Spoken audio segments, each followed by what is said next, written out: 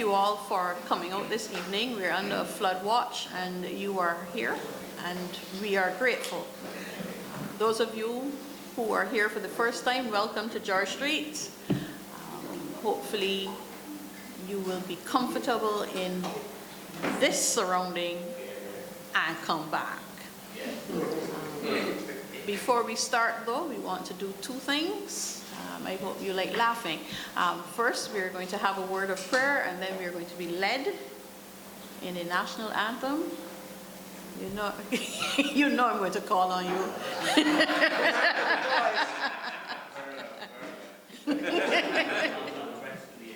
Oh, we won't turn the camera on you. We just want that voice. We just want that voice. Yes. So if you could stand, please, first for the prayer and then for the anthem.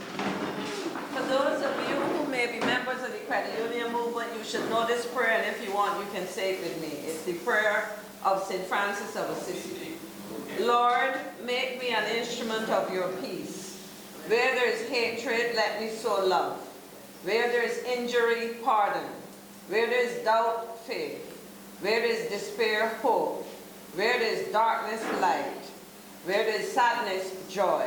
O Divine Master, grant that I may not so much seek to be consoled as to console, to be understood as to understand, to be loved as to love.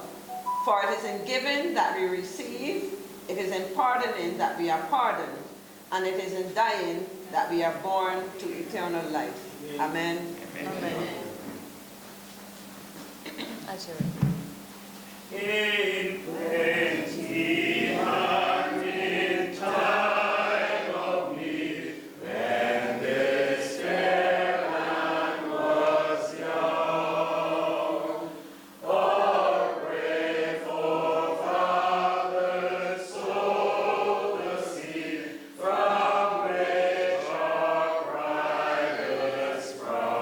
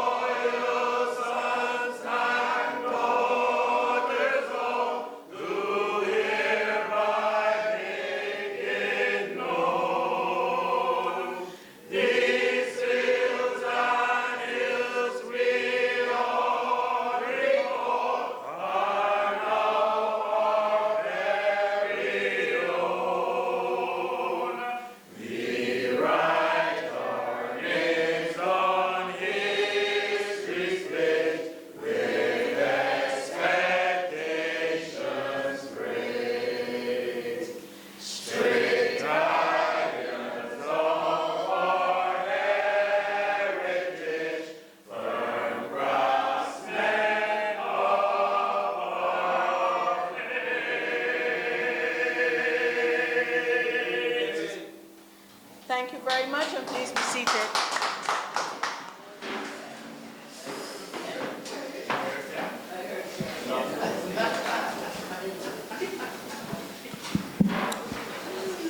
Thank you so very much. Now, sometime in, I believe it was June of this year, the leader of opposition and political leader of the Democratic Labour Party contacted me about setting up a commission on crime. Now, I don't have to tell you about the crime situation in Barbados. I only have to say 33 murders for the year, and it puts everything in perspective. For those of you who don't know, I am an attorney at law. And for those of you who don't know, I am also a criminologist. So the call was not a misplaced call, and I am ably assisted by another criminologist, Bertie Hines, also a retired police officer of rank and note, and who has contributed to the landscape of Barbados's literature so far with 2 books, and he assures me a 3rd one is in the offing. And also a cadre of persons who have skills that are cross-discipline. We convened for the first time, I was going to say last month, but today is the 1st of September. We convened for the first time in July of this year, and we meet consistently every single Wednesday, come rain or shine, in order to liaise and to report on the research that has been done so far. No study is complete without, first, that research. Secondly, it will inform any empirical studies that we do in terms of questionnaires and interviews that are ongoing. And of course, without hearing from the very people that we wish to serve. This is the first of those meetings. We intend for them to continue every Sunday in September. And the intention is not that we are bringing what we have done so far to you. Not yet. We want to hear what you have to say, because this is your lived experience.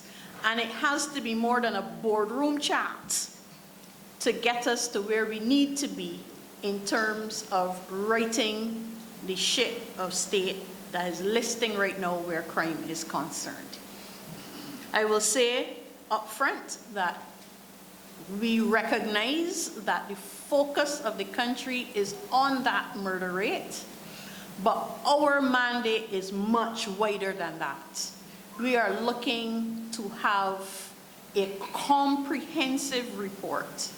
So when you are making your comments, and we're going to open the floor just now, I will have an icebreaker of a question for you. So when you are making your comments, you do not need to limit them to the conspicuous crime that we are having right now. Crime has many faces, many facets, and it is in every single aspect of our society. And I would want to hear your perspectives across the board.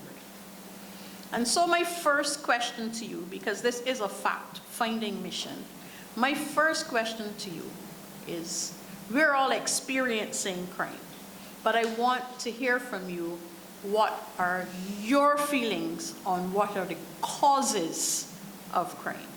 We will get to solutions in a bit, but what are the causes of crime? The floor is open.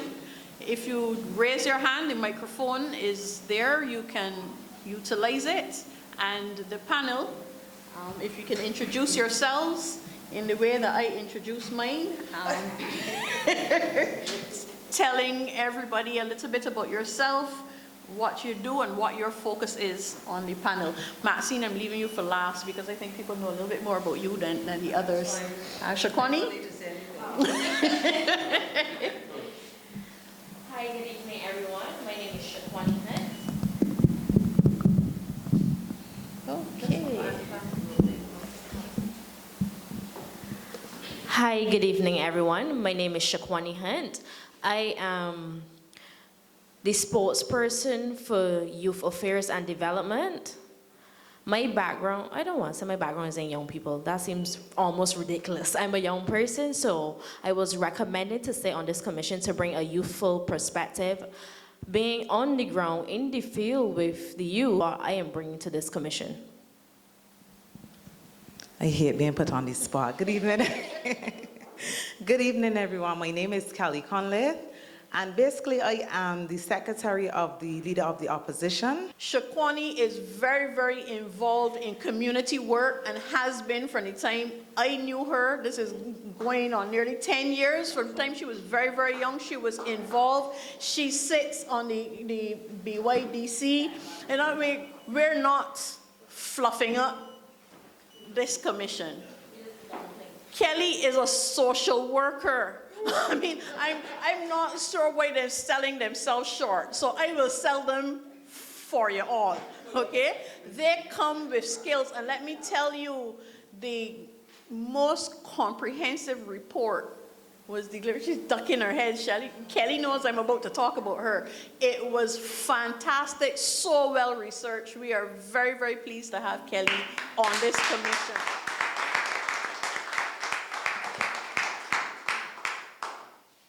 I should let you introduce me.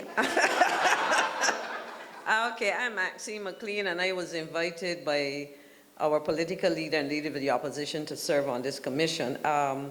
Many of you would know my background in academia. I taught management for 17 and a half years, and for Mr. Graves, I was reminded on the weekend that 50 years ago I went to Cavell campus as a new student, so I've been around a long time. And certainly, as was pointed out in respect to, and you know my role in government minister and Prime Minister's office, former Minister of Foreign Affairs and Foreign Trade. But in respect of the issue of crime, the area that I'm focusing on is corporate crime. It's not something that we talk about often, and in that respect, I would have served in several capacities as directors of Goddard's Enterprises, Caribbean Commercial Bank, BTT Bank. Should I continue? The credit union, I was first female president of City of Bridgetown Credit Union. I was chairperson of Bridgetown Cruise Terminals. I was a director of a small company, Days Books. I could go on. The point is, I believe that, among other things, my many years and diverse experience at the directorship level, in particular in business in Barbados, allows me to kind of identify as I research and relate to some of the issues which we would want to highlight as a topic not typically covered when we talk about crime in Barbados. Thank you very much.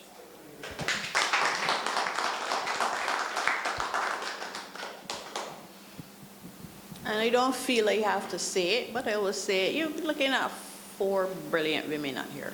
Yeah.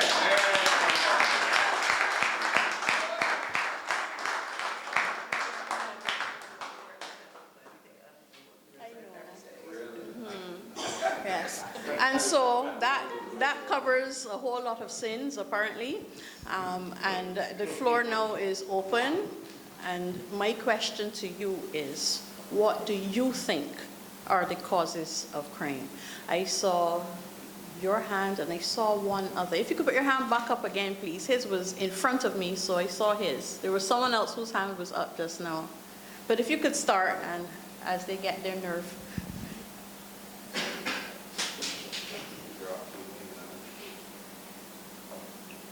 Go ahead.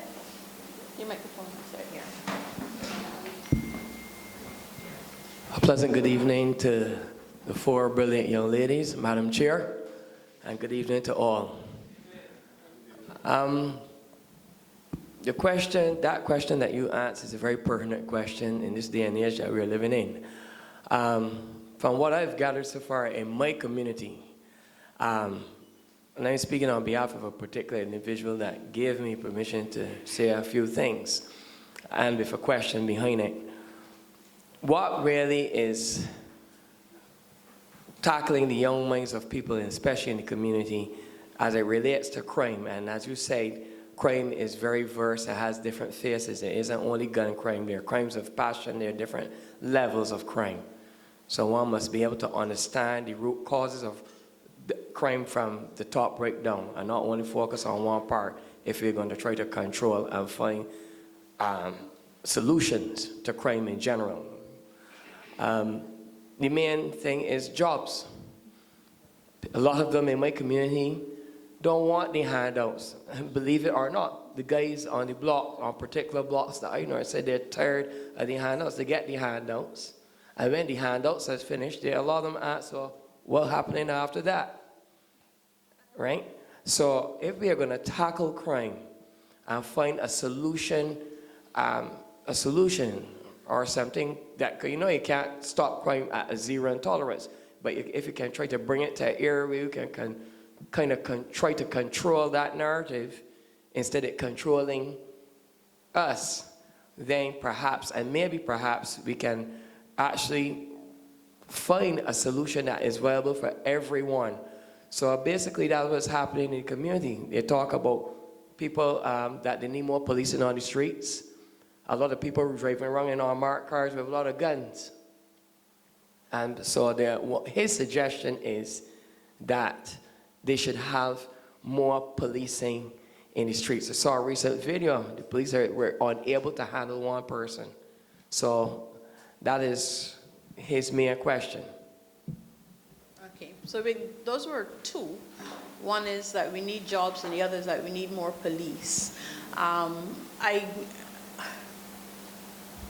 want to link the job situation, which affects the youth. You didn't mention it, but it affects the youth more than any other demographic at this point in time.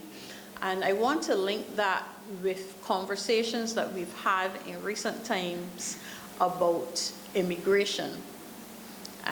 I'm thinking as recently as the 12:30 news and the 1 o'clock news, which spoke of a delegation going to Ghana seeking nurses because we have a nursing shortage. But we also have youth unemployment at high levels. And I want to ask, how is that correlation for you as citizens of Barbados? How is that correlation between youth needing jobs, there are vacancies, and looking to have those vacancies filled from overseas as opposed to beefing up? And before you answer, I want to say welcome home to Dr. Dawn Marie Armstrong.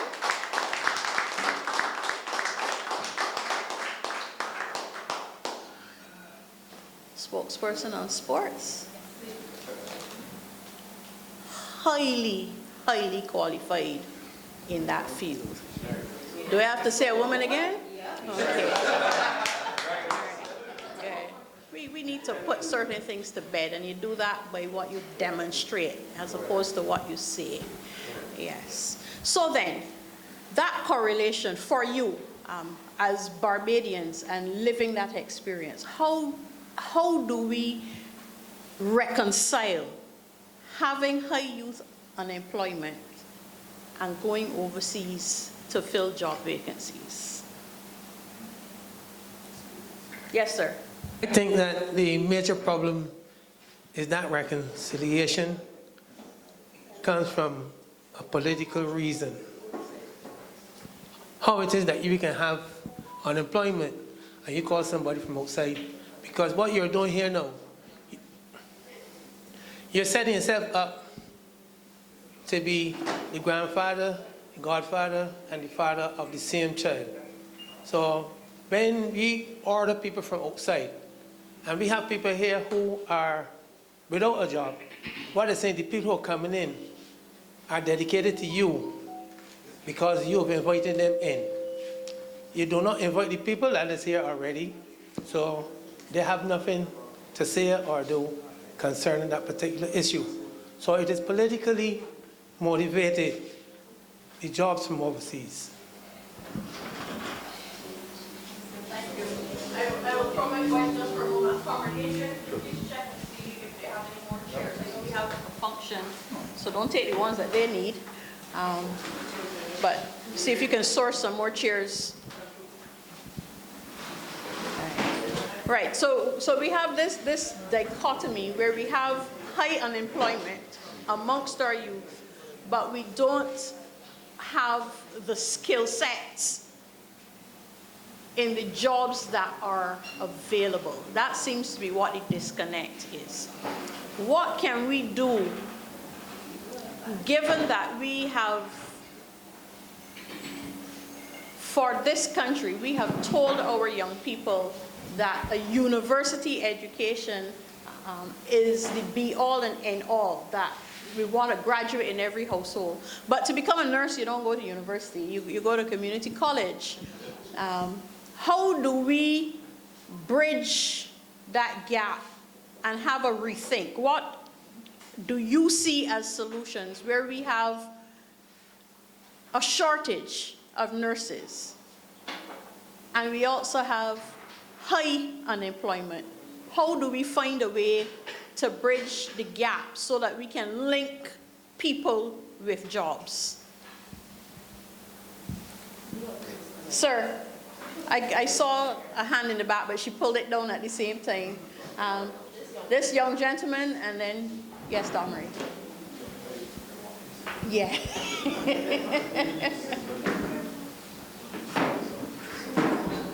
Good evening, everybody. Good evening. I wanted to say firstly, I was enjoying the discussion prior about the issues and where young people, because I don't really think the issues that we have high unemployment, right? I have been working now for about 2 years. I'm a young person, just under 21 years old. And the issue I find is that the jobs that we have in Barbados offered aren't that attractive, A. B, the conditions that you have to work under in most cases, horrible. And then you go to the agencies that are supposed to be of assistance, and then they tell you, okay, we can help you 9 months past. This is not my personal experience. I got a great job. I big up to Flow Barbados. But just saying, I think that we need to put more attention into the jobs that we approach people with and the conditions that we want them to work under, right? And I think that's what it is. Thank you.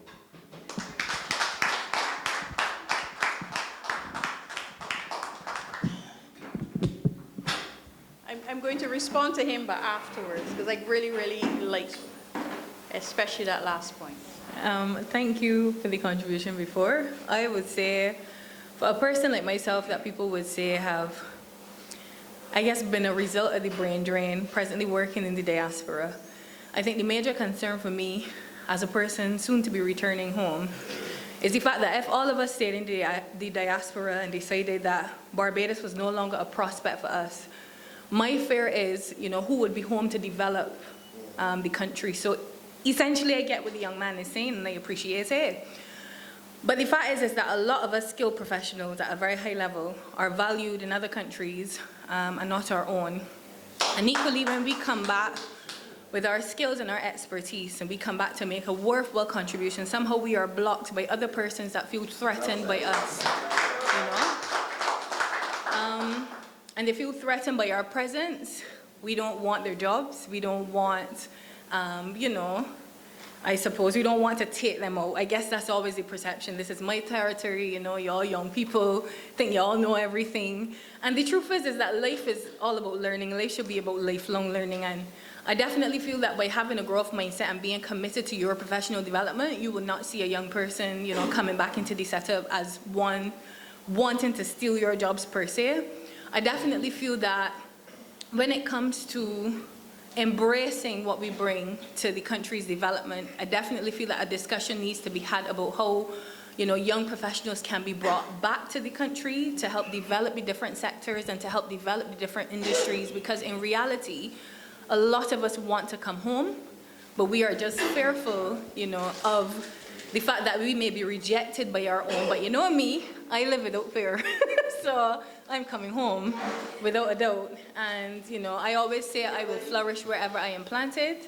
And I definitely feel when it comes to sport, the industry is ripe for development. I have been pushing the agenda where I have been, and I am trying to make those connects and bridge those connections in order to have, that academic and the academia developed in our side of the hemisphere. And I definitely feel that is my mission in the medium to long term, so that young people don't feel as if they have to leave Barbados anywhere to go overseas to be abused and to be, racially targeted. And that's something that we don't talk about, the racism that our people experience when we venture off into different countries looking for opportunities. And I hope Barbados in time can be a place where young people want to stay and not leave.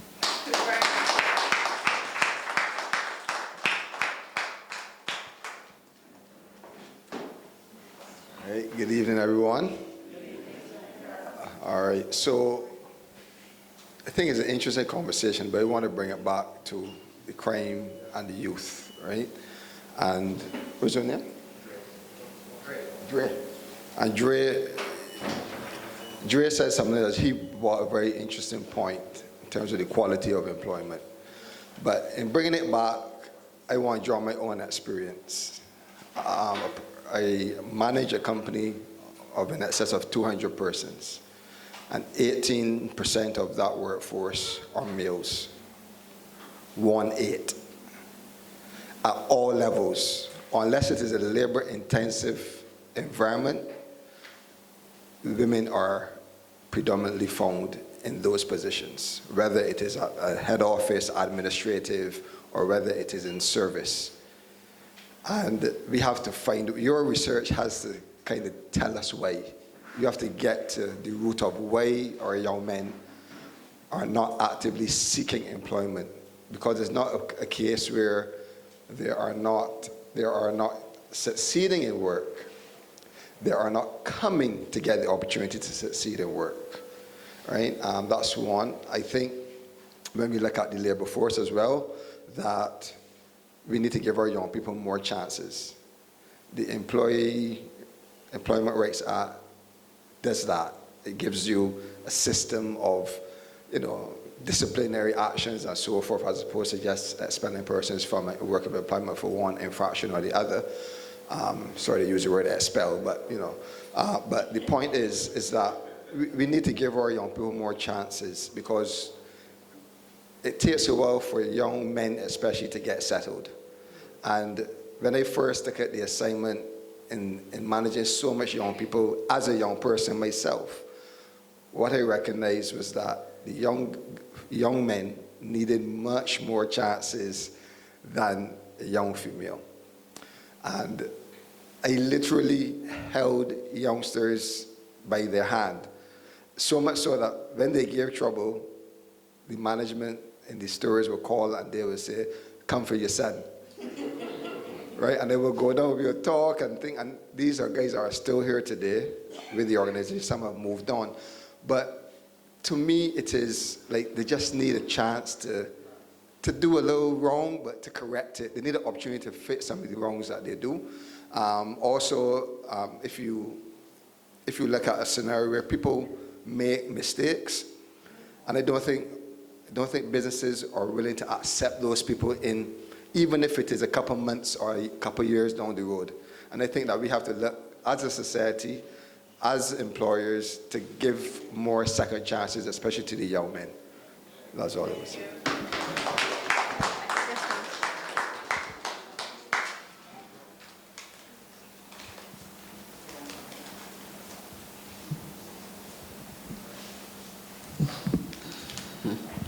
Good evening, head table, and to my... Good evening to you. Yes, okay. I am looking at crime. Where are these guns coming from? Only this week I had a conversation with two people, and I asked, it may sound stupid, but I asked a question. Can two boats meet on the high seas and do an exchange? I mean, let's look at the bays where the fishing bays come in. We don't have a police there to check these boats. We don't have custom officers there. Who said that they can bring in guns in a bag with fish? Okay.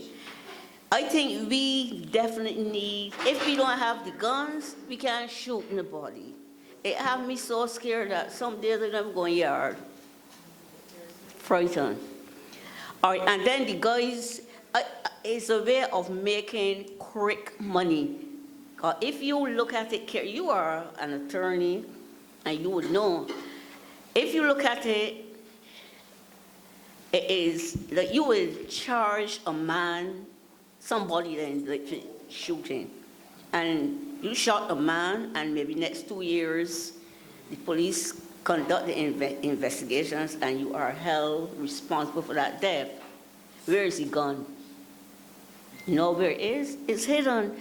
I don't know anything about guns. I don't know how many years that gun can remain properly secured and put away. When nobody ain't getting, they're not getting life, 24 years or something. And when my friend come and look for me, could tell you, oh, they got that gun stashed on that breadfruit tree. Afraid. That is in another idiot hands, okay? So them is too serious, so we need to follow how they get in. And when a police charge you and they don't find the gun, if they just, decide that we can search, we do some sort of interrogation, they find this gun. Because if you don't find that gun, my friend, I can tell my friend where it is, he going for it. Or when I come up, maybe I can use it to take out somebody else. And another thing, the young guy is secreting money. We have too many hit jobs now in Barbados. Somebody can't even get the money used because somebody hit you and you wait when you're dead. And the young men, they cannot even shoot because some of them missing, some missing. So we need, of all things, find out how these guns get in Barbados. Thank you very much. Thank you. Before we take any more comments, I want to welcome the Leader of the Opposition and the political leader of the party.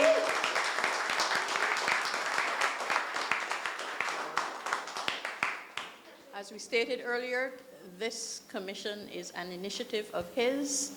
It is very serious business. We are about the people's business. John, I beg your pardon, I saw John's hand first. Do we have more chairs? You're bringing them? Okay, thank you. There's 2, 3 here.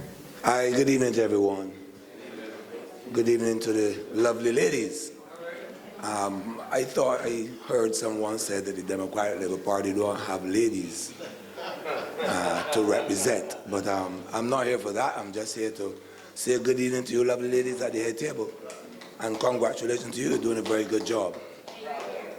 I want to go back to the question you first asked about what do we think that is causing crime and how crime is being done and go about in Barbados.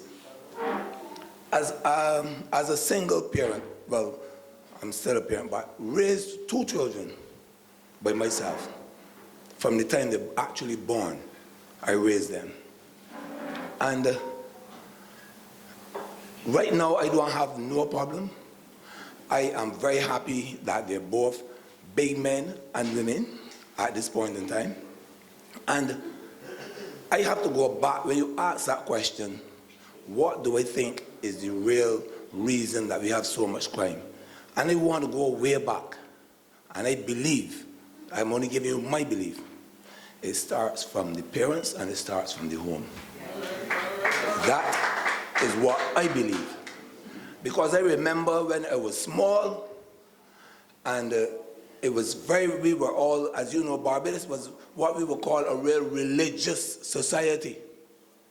You cannot go to bed unless you say the Psalms or else you read something, Proverbs. And you cannot go to bed unless you pray. And your parents have to be there to hear you praying. You cannot go to bed unless you understand the true values of of God and how God would have brought you through for the day, and that is why you have to give him thanks and praise. Meek and mild, gentle Jesus, meek and mild, look upon a little child. Question is, how many times, or nowadays, what are our parents, what are the parents doing today in the lines of raising that child? The Bible tells you, bring up a child in the way it shall grow, and it should never. Today we have parents who are saying, I can't tell you what to do. I can't tell you what to do. You want he take it. You want she take she. Let us as parents understand that we have a responsibility. I don't believe also that, children getting children and they can't, no. I got beat one time by another friend of mine. I hold some blows. You know why? Because my button got torn off. And I couldn't go home before that button. I had to give a report. And I got lashes because I got in a fight and lost my button. I'm just simply saying, We need to start from the beginning as parents to raise our children. We know that this world and this society is all about the same crime. There is no solution at this stage where we have crime at such a high level other than get back to the basic, get back to God, get back to training the children in the way it should grow. You understand? So my thing is, we need to get out there, work with the parents. You understand? We have a case where we would have, and this crime thing, don't be fooled that believing that this crime is only about men, and this violence is only about men. There have women that are involved in it as well. And this is where we're not identifying the root cause of crime. We need to get those persons, these young people who are getting children, and talk to them. I talk about the parents now. I don't care how young they are. We need to get engaged with these younger parents because it is really, can you understand one little boy saying that he cannot wait until he get 16 because his father tell him when he get 16 he get a gun and anybody in the freeway you shoot him? So the question is, when the crime get to that level, and where we are at the level now, we know we all aware of the guns that are coming in. We're aware of all the different violence that's going on. We're aware of that. But I believe strongly, how do we combat, how do we battle this crime? We got to start now with the little children. If we don't start with the little children, then we will find it very difficult to control because we are exposed to all the social media. And you have little boys. I mean, some of you would have seen these videos. One little boy cutting up the weed and he talking all kind and then he bring the police in here. And where's the parent then that would see that video and discipline that child? So I'm just saying, as a parent, okay, as a father, and as a male, we need to start training our children so the next generation will not be as bad. We cannot allow the influence of those persons, some of those persons who are up top, who don't give no care, because once whatever they want is being fulfilled by all means necessary and not positive, we would have to work on our children and get them to the point where as that when they grow up. And the next thing, you see business as men and women, you see business, it is important to get our children get involved in business. Because when you look at the others, their children are involved. They're studying to be doctors, they're studying to be lawyers, they're studying to be everything, pilots, but they are involved in the family business. But we don't do that. We need that when we get our children, we need to get them involved in business. Business is a discipline. It is a discipline. And if we continue, look, just for me, I had my first house at 19 and my second house at 24. Yeah? I made sure that my son, at 21 years old, he had his first house. And right now, it's all about business.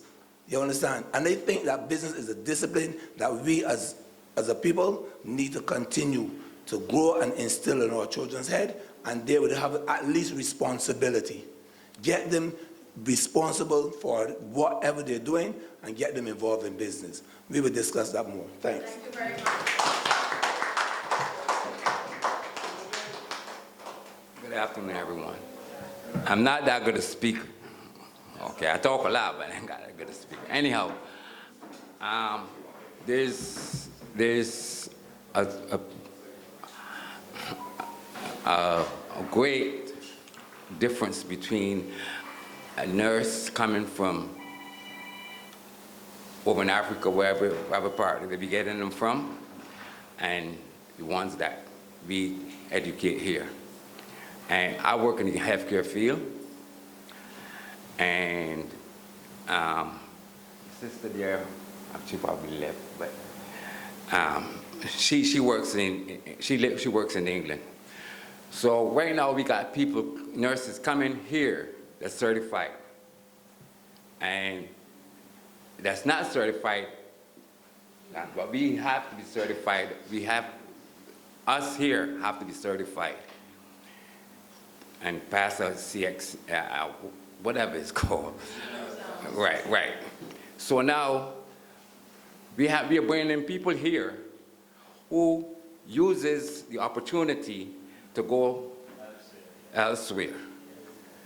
And they could not work in the United States, but they can work in England. And I'm not putting down the country, but that's how it goes.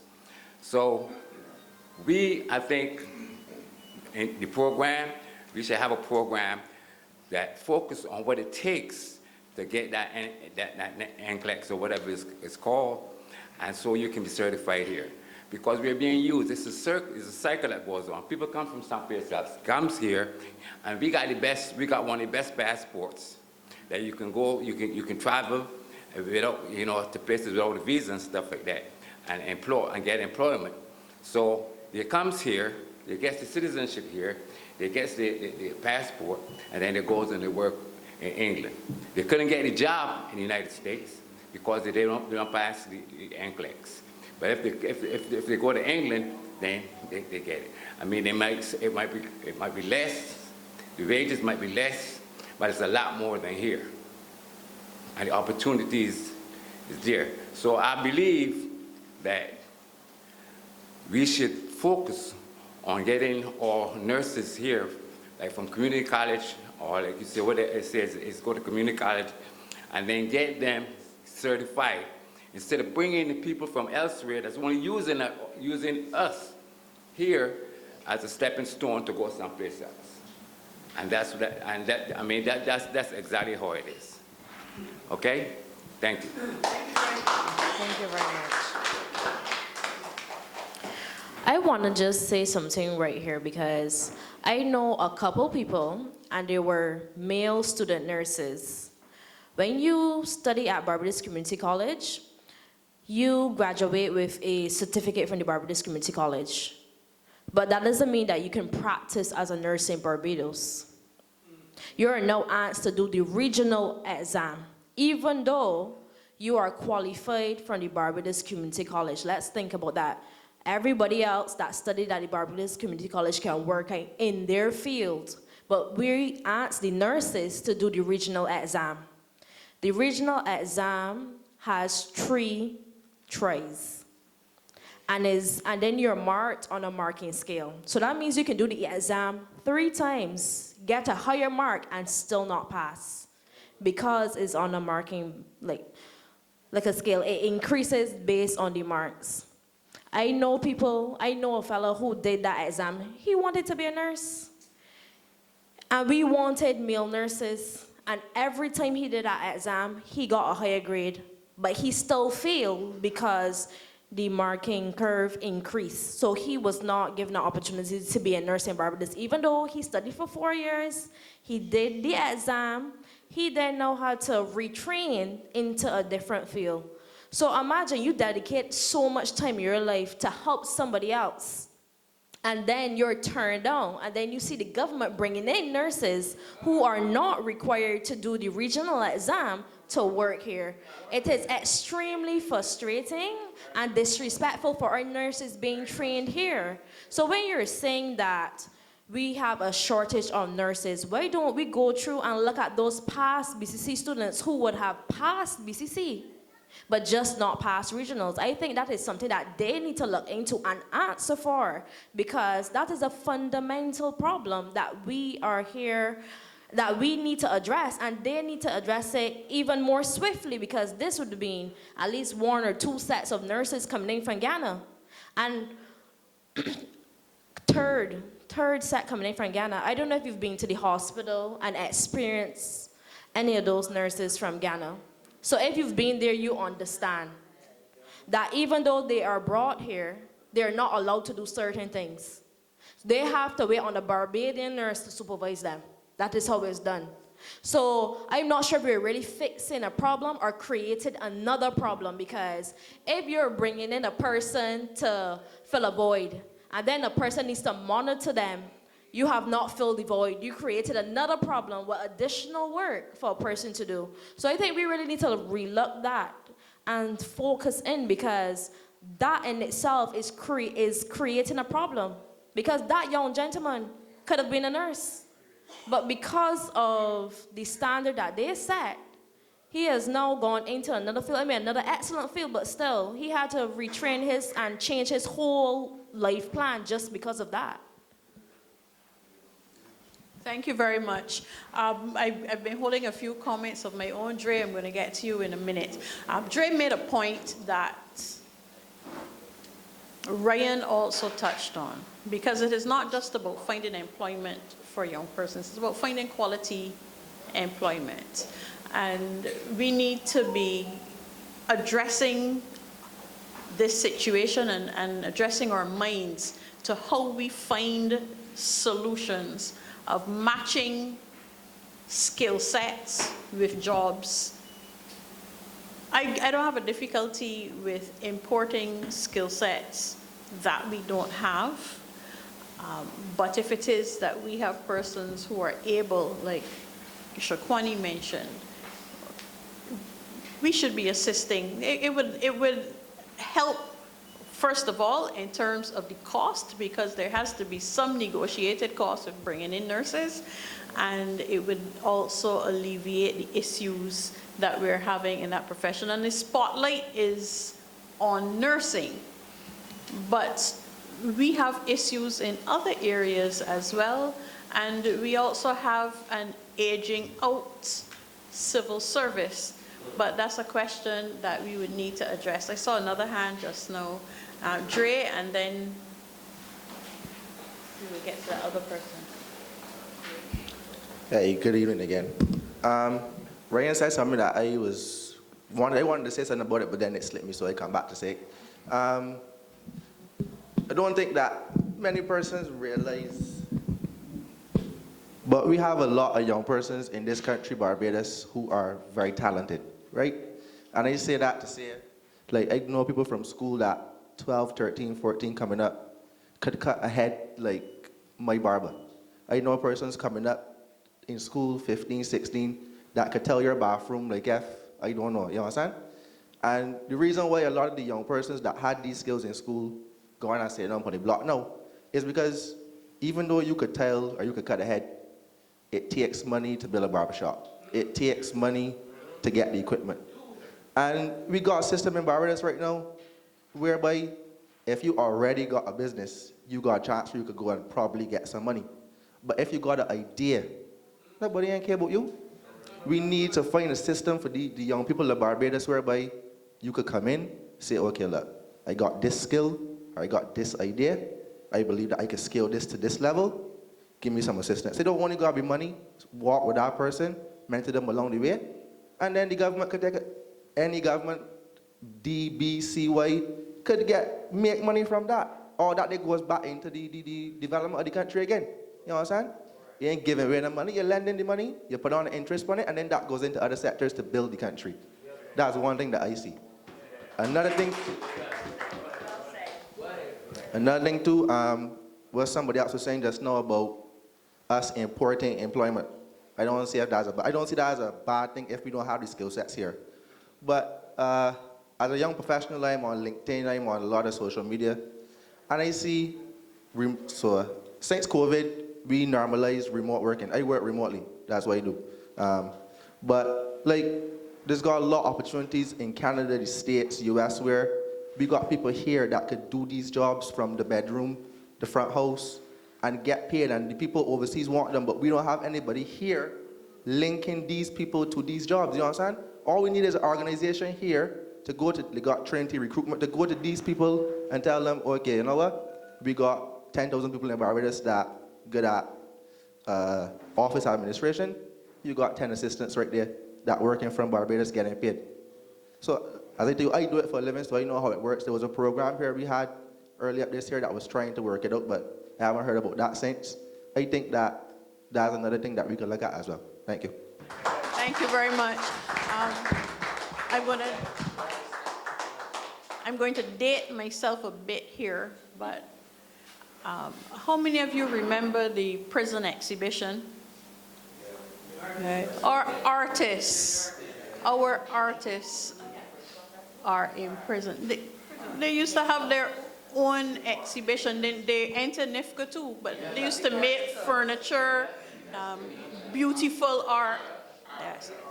Because our society has not faced art as a business as yet. And that may well be an area for growth that we need to be looking at as well. Now, I want to shift our focus. We've had a lot of conversation on the causes of crime. And we highlighted the gun situation, we highlighted unemployment, the underemployment, which is the match of jobs, the disparity in the workplace between males and females. We've come up with quite a few causes of crime. I want to shift the focus now and discuss solutions. What can we do to address the crime situation and to arrest it? I know we mentioned a few simply by talking about them. We have mentioned a few in terms of job creation and skills matching and things of that sort. But any other ideas coming from you as to how we can address the crime problem?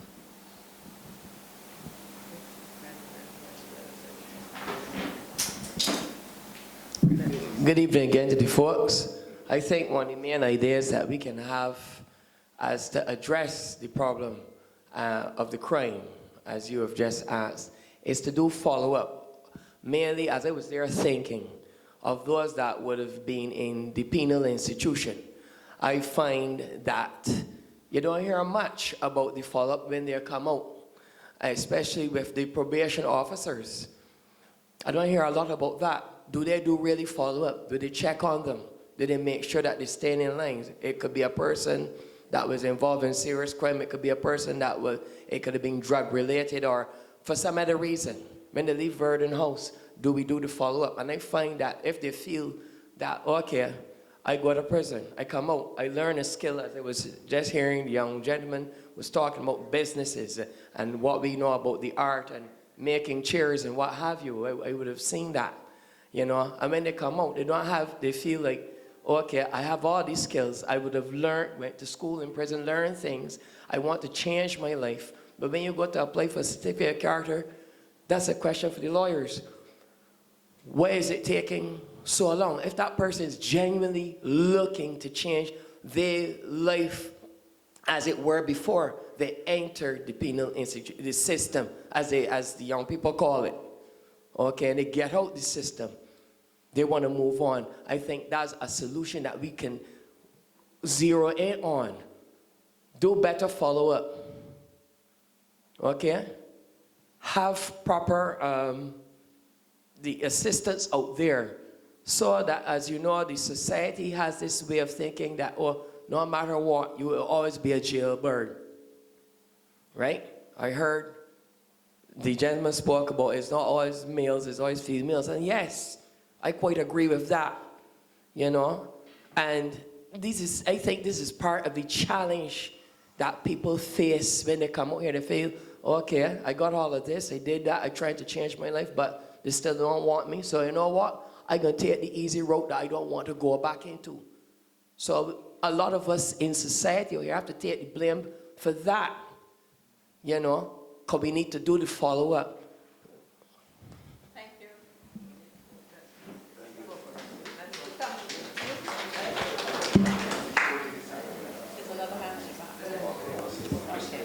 Good evening, all.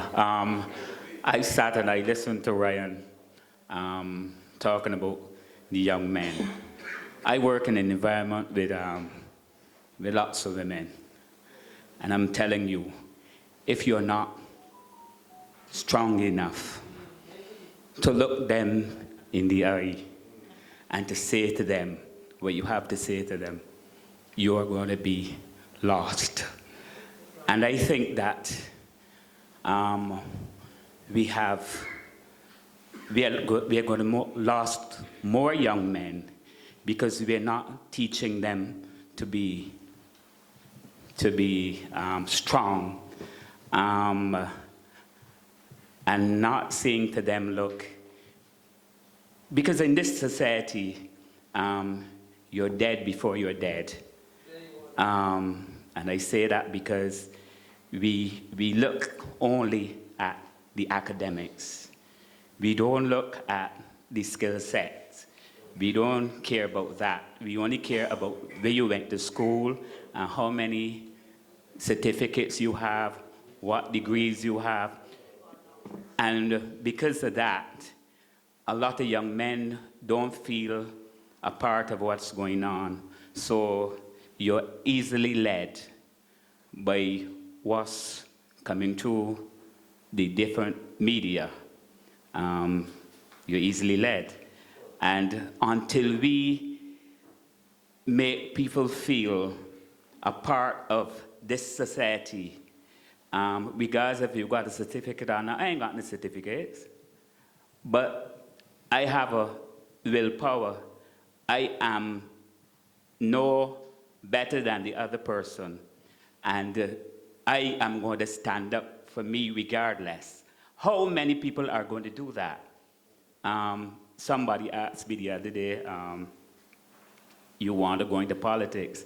I say, you don't mind, but when I hear the background of the politicians, the degrees, the this, the that, I mean, there ain't a room in there for me, you know? No, seriously, there ain't a room in there for me, because you know what people are gonna say? But you ain't nobody, you ain't got no degree, you ain't got nothing. But rather than looking at what you can bring to the table, they're looking at all these degrees. And I have seen people with doctorates, degrees, and all kind of things, foolish. Thank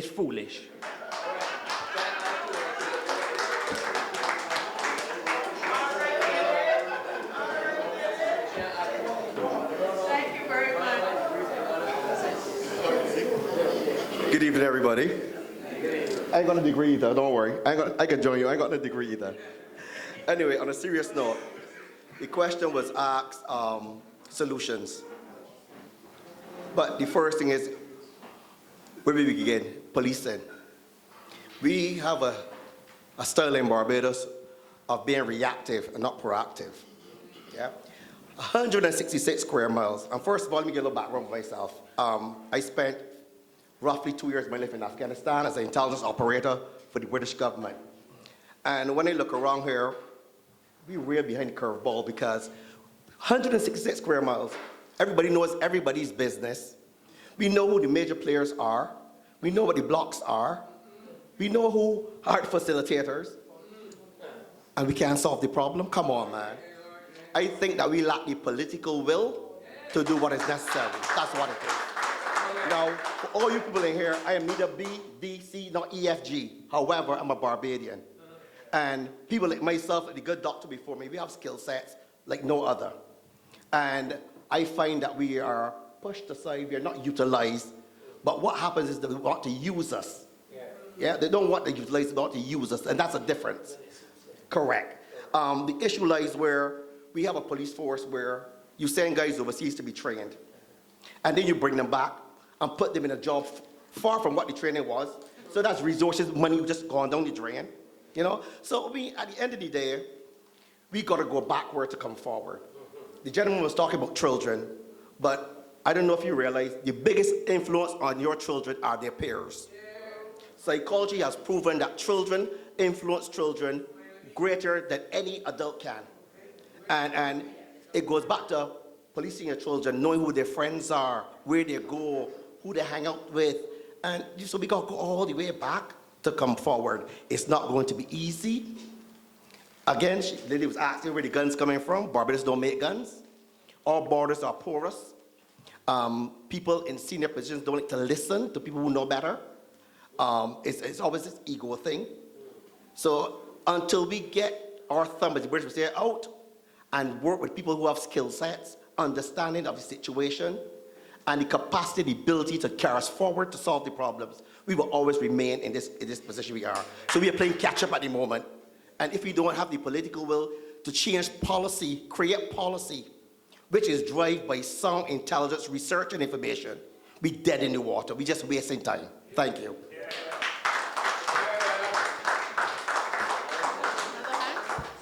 There was a hand in the back. Yes. The gentleman with the glorious beard.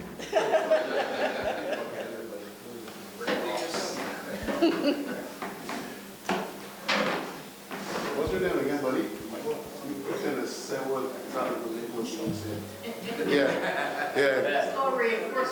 Yeah. So everybody, I was driven here because they got an 11-year-old who has to start school at Foundation.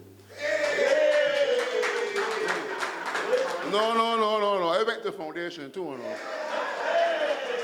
But nah, it's the reality though. This Seville thing got me here like, I gotta tell my daughter, look, you gotta go down all these things, And it really hurtful because it wasn't like this many years ago. I went to school at Foundation, you could go around the wall all about. Yeah, but for me personally, I'm not beating down the education system that is here right now. It is great, but it needs reform immediately. Barbados is 166 square miles. Crime should not be a problem. It means that key elements are not working that need to be just fixed a little bit.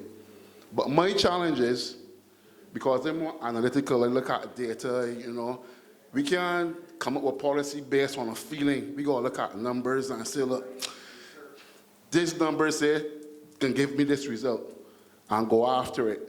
When you go after things off of passion and feeling, it gets a little too political. This is bigger than politics. This is a Barbadian thing. We just started the workout, and I had like a shooting or saying just before the workout. It was like, wait, for real? So for me, I would be happy I look at numbers, I'm a numbers guy, and look at things quantitatively and see how policy can match up with the numbers. I mean, Ryan made a very good point. Boys develop slower than females. We knew that from data. So for the time you got QH and you come out as a boy, you know you are at a disadvantage. But the system doesn't kind of give you the opportunity to wait out. The parents, yes, they're going to pay the effort, but the whole education system, we don't go to, it worked back then, but it can't work now. Because the divide and the pressure is what tipping over this crime, This crime is like the flies that you got home. These flies real aggressive. You come open your food, shh. Yeah, so this thing is so real that I really, really, really scared. I'm so scared.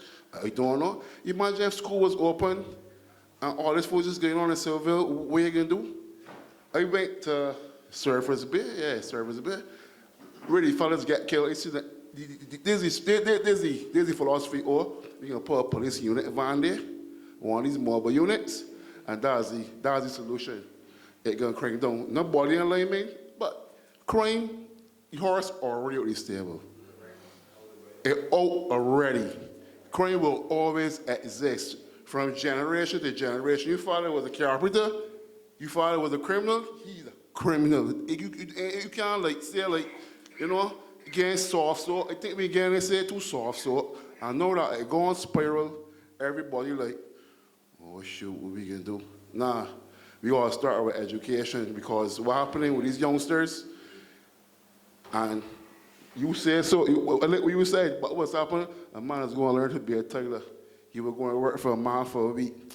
All right, I told you, people $700 and you $300. The man vex you, boy, ain't working for the boy no more. Going online. A man can tell you, look, go and move that little thing, then give you a little thing. And the man can say, all right, cool, you can do it once. Cool, all three races, he ain't looking back.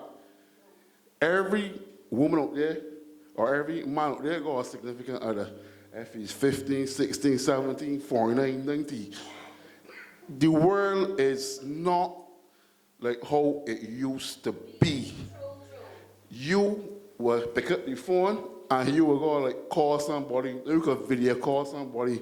Things get fast.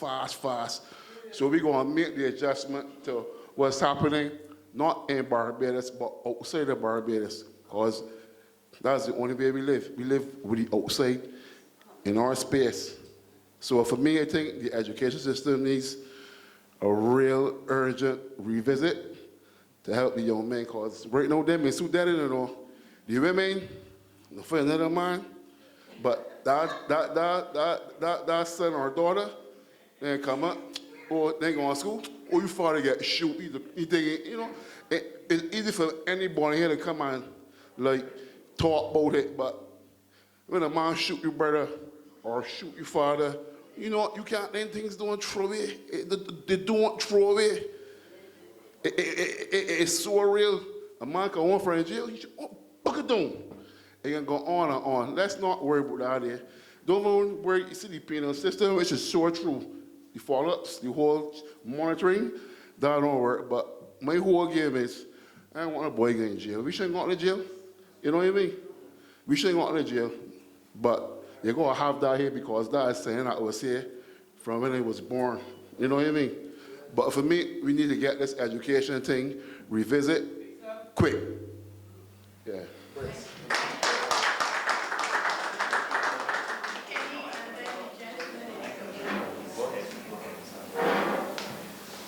Good afternoon. Kenneth Best, attorney at law, former police, former deputy speaker. I, not late, but I came here and when I saw the Commission on Crime, I said I have to be here. And I visited Chile and I was handed a book which reads, Reaching the Marginalized. And I would advise all of the persons who want to be the candidate. You can borrow it, copy it, but it carries some real detail which hits to the root. And we might be avoiding and looking at things on the surface. And one of the things that they're highlighted is nutrition. Too many people in the world are going hungry every day. No child who is hungry can learn and learn efficiently. So we have to start there. We have to find ways and means of feeding the young ones. There will always be poverty, but we can narrow it down. And I believe if you're going to look seriously at how we solve these issues, we have to start with feeding our people. We have to start by looking at who we recruit to police our borders. And the reason I will say that, you see the cellular phone? Everybody that tries to come into this border uses a cellular phone. And cellular phones are manned by Floor Digicel and the police.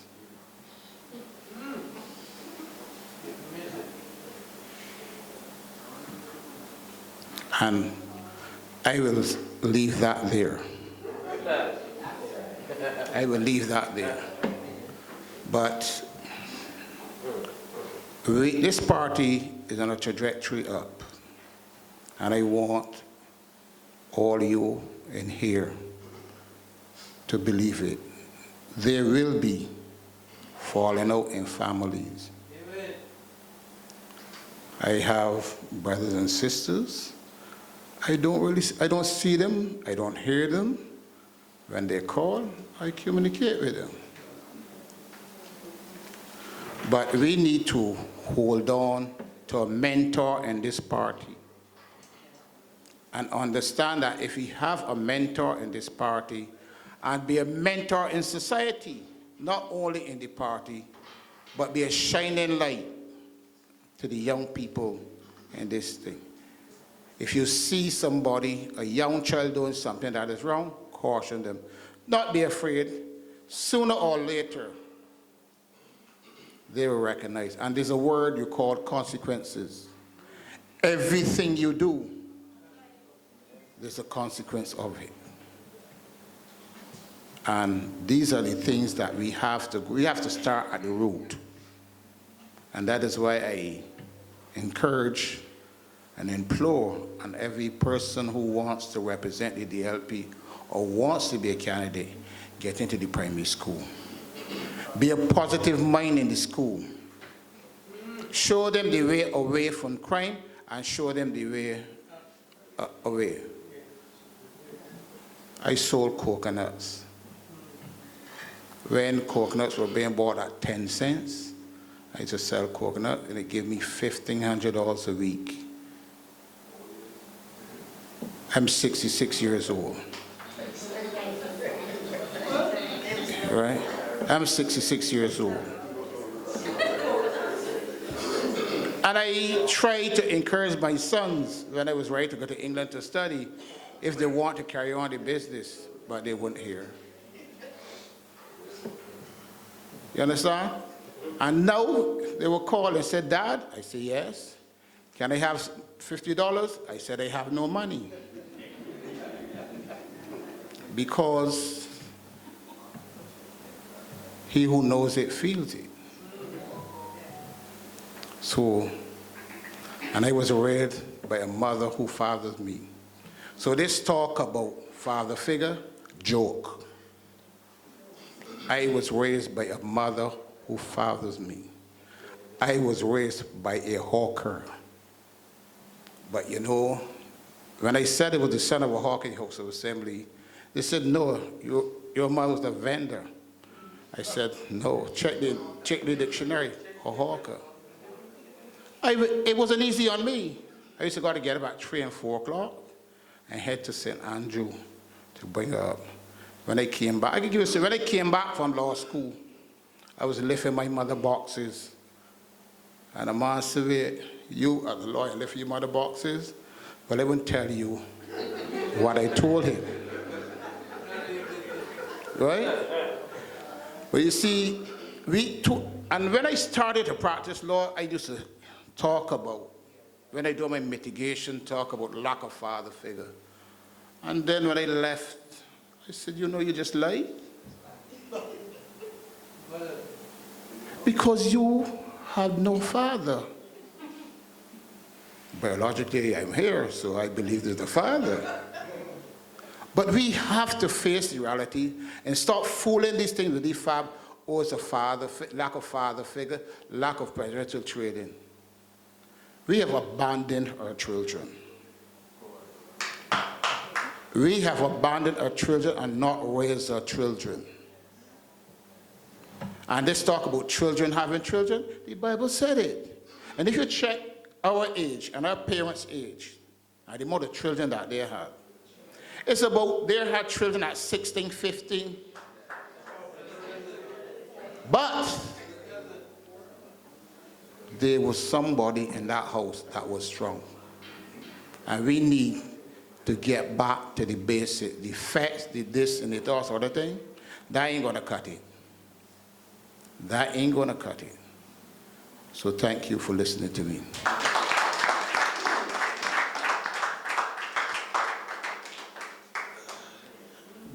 Hey, good evening, everybody. My name is Ramon Goodman. Good evening, comrades. The first, well, I want to make 2 points. The first point is actually from a young teacher. She asked me to speak on her behalf, right? So I'm going to make this point, right? Right. So she says she wants to remain anonymous, obviously, as well, right?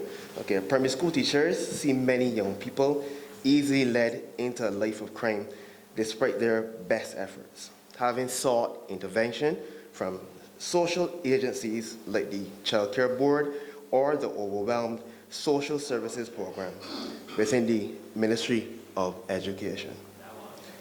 Some children as young as 3, 4 suffer from neglect, no access to daily baths, meals, supervision of parents, which affects their ability to do the right thing. At school and within the community, many of them perform way below average. And by first and second form of secondary school, there are before the law courts.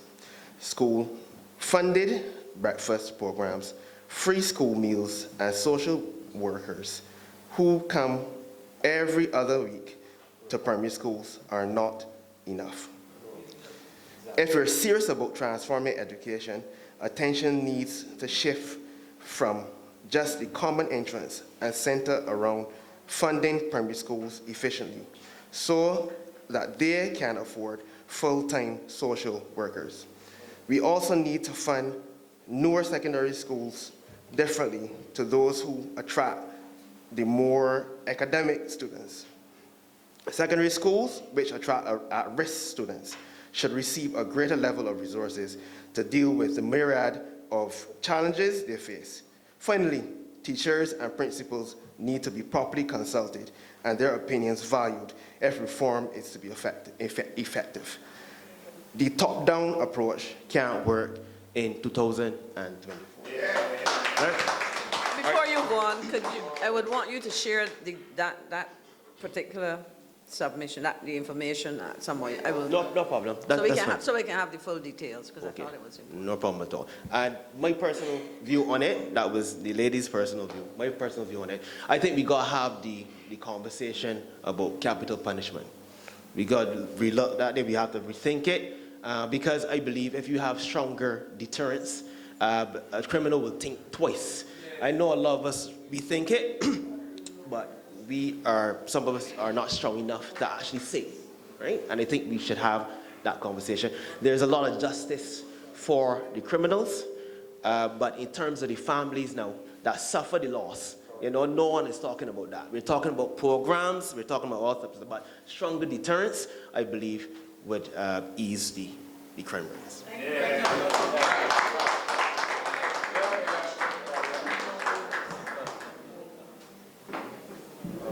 Sorry, I promise not to be up here too often, but I just wanted to be mindful of the stereotyping that could happen when we judge young people by their environments, because the nature versus nurture psychology debate has been ongoing, right? So we know that some children and some young people may be victims of their own environment, but equally we know that there are some things that really can't be changed. And when we consider nature versus nurture, and I'm glad that persons are making the point about the education system, because I equally feel that physical education really does need a reform here and now. I think the curriculum in itself needs a reform, and it brings me back to the point of, qualified professionals in the diaspora working in contemporary environments with the ability to develop policy and to bring fresh new ideas to the government, particularly with respect to educational reform. And again, we're still not being received. So I would hope that this forum goes far and wide, because as far as I know, there is one physical education officer right now in the Ministry of Education. And that person has held their post. Well, the person that recently retired, I believe, held the post for almost 20 years. And when we begin to look at crime and violence equally, recognizing that it starts in childhood, if we were to develop sound sporting interventions to be delivered throughout our primary schools and actively engage young people, recognizing the talent that can come from those early sampling years, and getting our young people involved in sporting programs and getting them to love sport early enough, having a positive outlook, because a child who may not have enough food or who may have a parent that may be absent will definitely pick up a football, and run with it. Will take up a football, will take up their track shoes and run 100 meters, will be coached. I definitely feel that we are again missing a key moment in time to again invest in sport, not just at the national level or preparing athletes for international competition, but really using sport as a vehicle for positive social change and getting the Ministry of Education to recognize the importance of sport, not only just for talent development and for performance development, but for character development as well. And I think that goes a very long way. So yeah, I hope that we really begin to embrace this concept. And again, thank you for the contributions.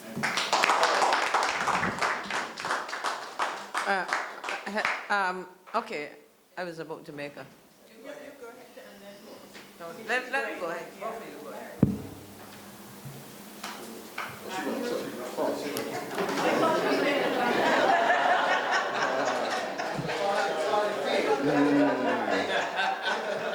A pleasant good evening to everybody. I sat there and listened to such inspiring contributions. It seems as though we are drinking from the fountain of wisdom here this evening, and I think that this is a wonderful initiative by the Democratic Labour Party. Give yourself a round of applause. Fantastic. I want to say, right, that any time as a people and we decide to move away from the principles and practices of God, this is the result. I don't know why we are so surprised. Spare the rod and spoil the child. Foolishness is bound up in the heart of a child, but the rod of correction drive it far from it. And we have gone away from that. What do we expect? I have four boys, 2 girls. But I can agree with my comrade Kenny. Where Kenny is?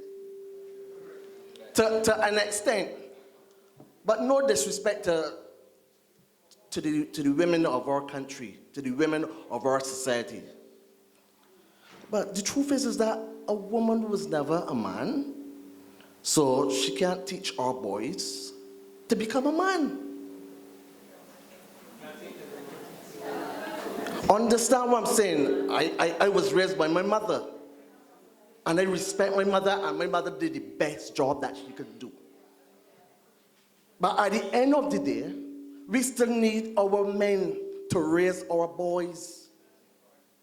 And the solutions that we are putting on the table from the other side is like putting a plaster on a cancer sore. We are looking at the fruit, but we have to go to the root. We have to go back into the educational system and look at what we are doing. The truth is that every person that comes through the educational system is not academically inclined. We have to agree to that. And we have to also look at those children from a very young age to find out specifically what are their skills, the skill sets, their giftings. And the thing about this is that they don't understand what is your gift, because your gift is what you can do best with the least amount of effort. And we have to establish that with our youngsters from a very early age. The next aspect that we need to look at is our history, because I believe that our young people today have an identity problem. They don't know who they are. And you know they're in this vortex, this culture, yeah dog, yeah nigga. Listen, you become what you speak. Talk to me, you become what you speak. So when you speak that, you're speaking things, life and death is in the power of the tongue. And when you speak that, when they start to bark, you can't be surprised. Because this dog, right? What do we expect? It's imperative that we need to go back into the history of our forefathers, where we can teach them that they were kings and queens of palaces, kingdoms, and dynasties. And we have to help them to address one another as kings and queens, not dogs. You have to speak things, you become what you speak. So we got to change this culture, the language that we use. So the truth is, I think that we are on the right path, again, I just want to thank the organizers. I really need to applaud Ms. Hunt and Mr. Clark for the contribution to their stats. I think it was, Ms. Hunt, I realized you didn't get sucked into the conversation with the you know, that was very mature on your part. But it kind of kerfuffle the dendrites of my mental faculties sometimes. That people can even give birth to the thought that families don't quarrel, they don't have disagreements. You know, and when that could be the genesis of the show could be of what's happened here in George Street. It kind of kerfuffle my mental faculties. And we have 33 murders for the year. And when you do the math, it's 244 days we are into, right? When you do the math, you do the breakdown, that is 1 murder per week. Are we talking about what happened in George Street? We got to focus on the things that matter. And these things, what's happening here in Barbados, could bleed in to other aspects of our society, like tourism and other things. So I think that this is wonderful what we're doing here, and I would continue to drink from the fountain of wisdom for the rest of the evening. Thank you so much.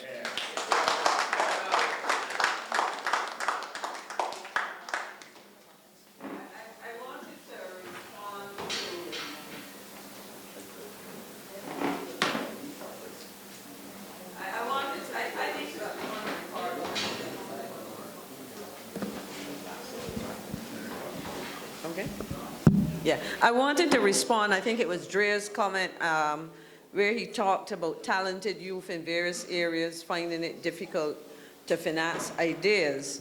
And for anybody who knows me would know that that's an area that I consider critical, and in fact, we have been involved for a long time. And I just quickly want to make some suggestions. We have in Barbados, to me there are two approaches that we have to think about. How does government assist? And how do we as citizens who are sitting on monies that I'm paying the commercial banks to keep? Because if you look at the situation, we are in fact paying commercial banks to keep our money. By the time you look at the charges and the interest rates that they give you, you really are not, the value of what you have is actually declining effectively. And so what I would want to suggest is that it is important that we ask how can government incentivize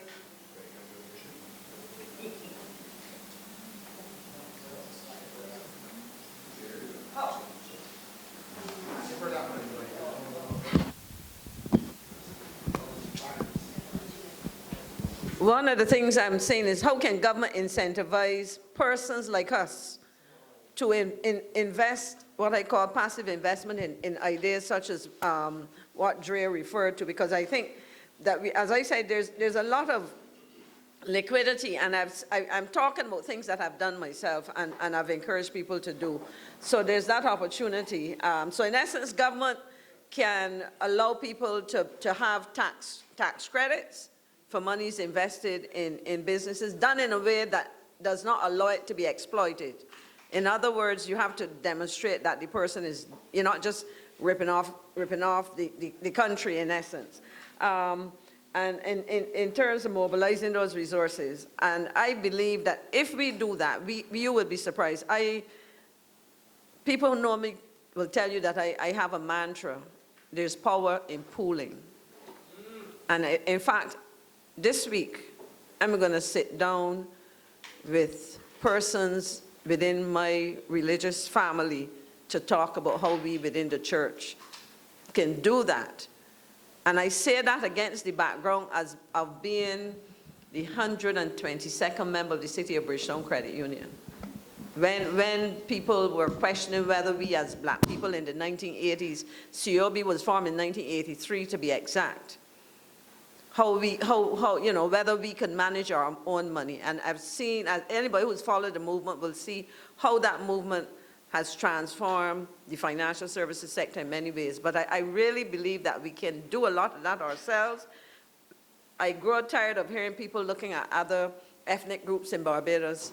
We make up the majority of the consumers in this country, and therefore we can influence by our spending habits how we do that. There's scope for a lot of community activity, but it is not for me to teach or preach right now, is to hear from you, but I can tell you that there's a lot that can be done if we see it as our responsibility to take care of those young people, as was mentioned, who have great ideas, but who cannot finance it or who need technical advice, as was suggested. I could elaborate more to the persons dealing with community development and youth in another kind of forum. Thank you. Was that Rosemary? James? Okay, go ahead. She's giving way to you.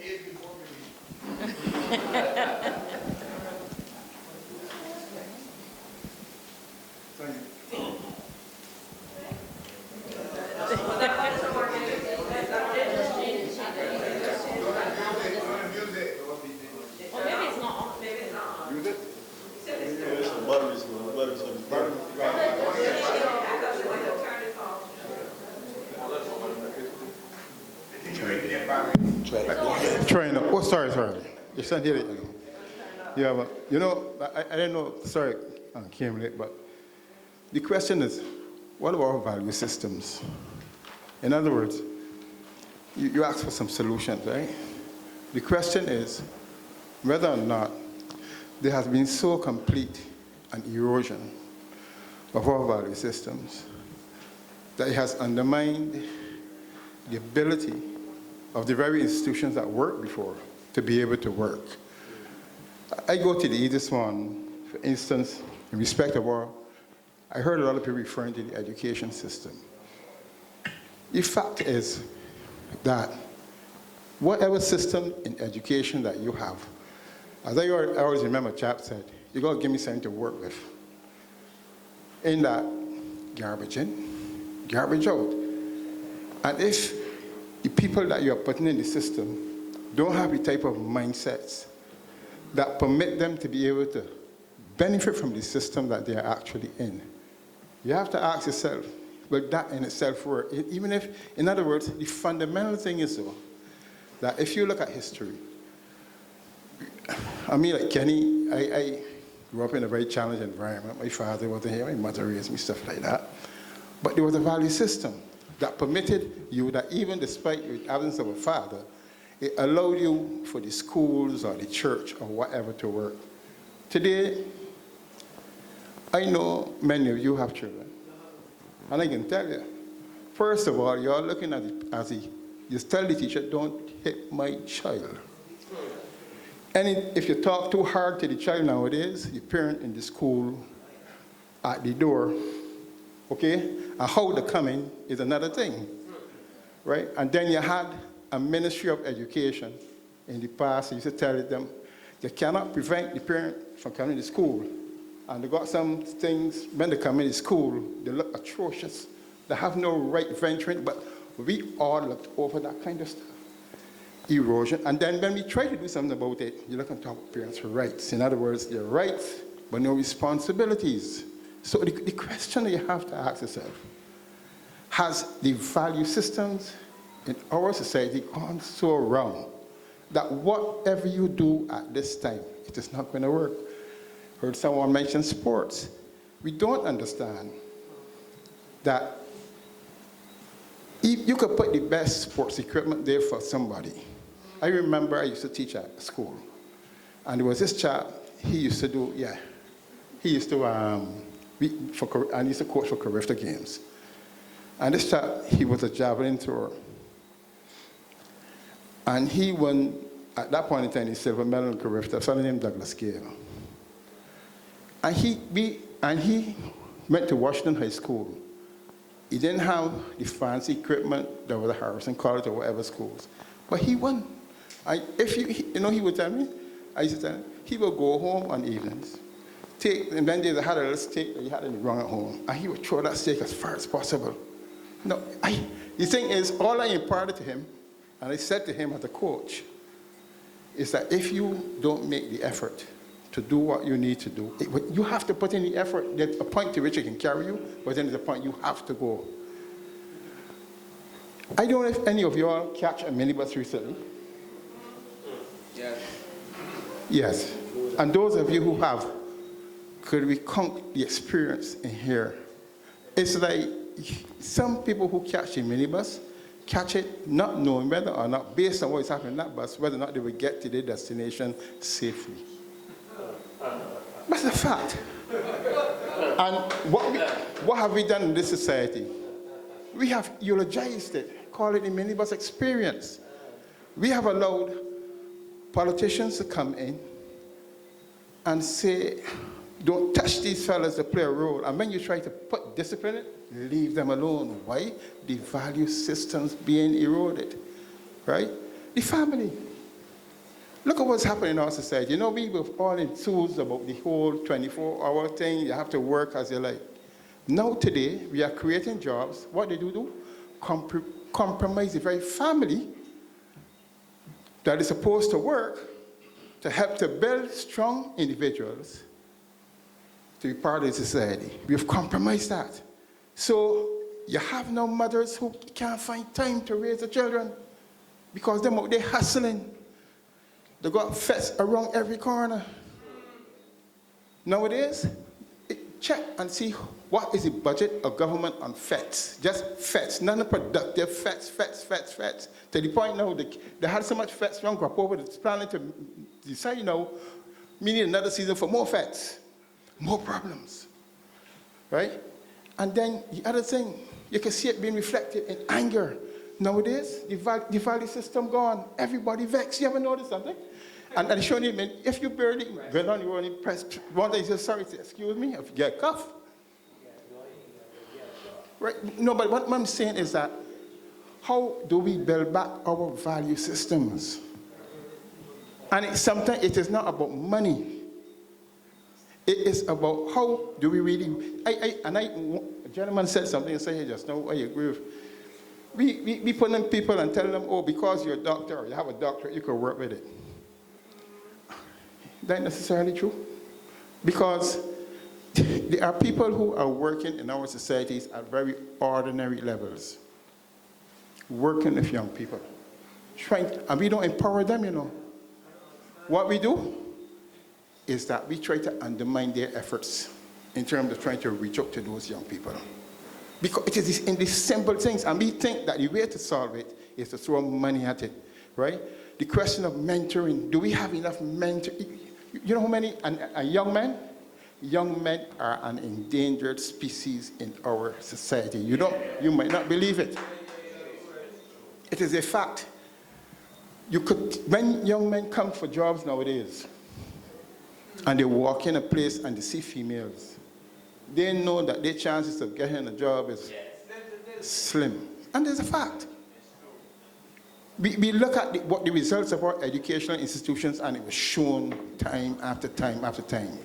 And one of the things that even in North America, we talk about, we are seeing certain things like the fellow call what? They call the fellow dog or something. Okay? The same things that we are talking about is happening in North American society. Why? We copycatting the whole thing. We copying it, right?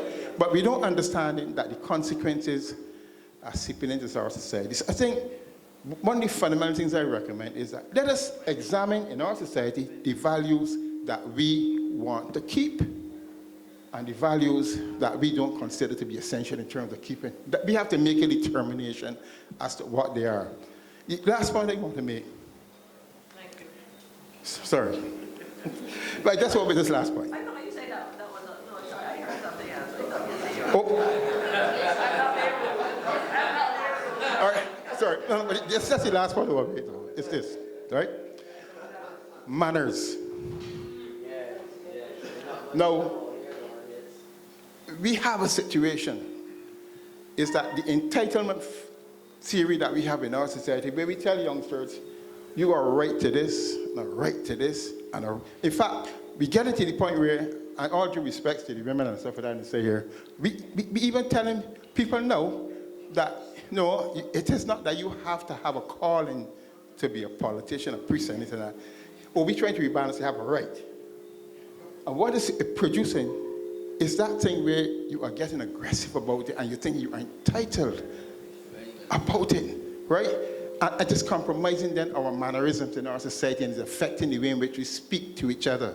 The very thing, you know, one time, fellas used to open the door for a lady, he said, nowadays that don't happen, you know. Hardly ever. The man is going. And so all I'm saying is that we have to start to look at our society, at the value systems that we have, and ask ourselves, which of them do we think are important?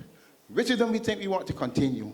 And at the same time, how do we promote it in the same way as we promote, you know, we still Bajans, you know, Trinidadians, they're the best party goers in the Caribbean. See how much harder you can party than them. And that's part of the problem that we have. Thank you.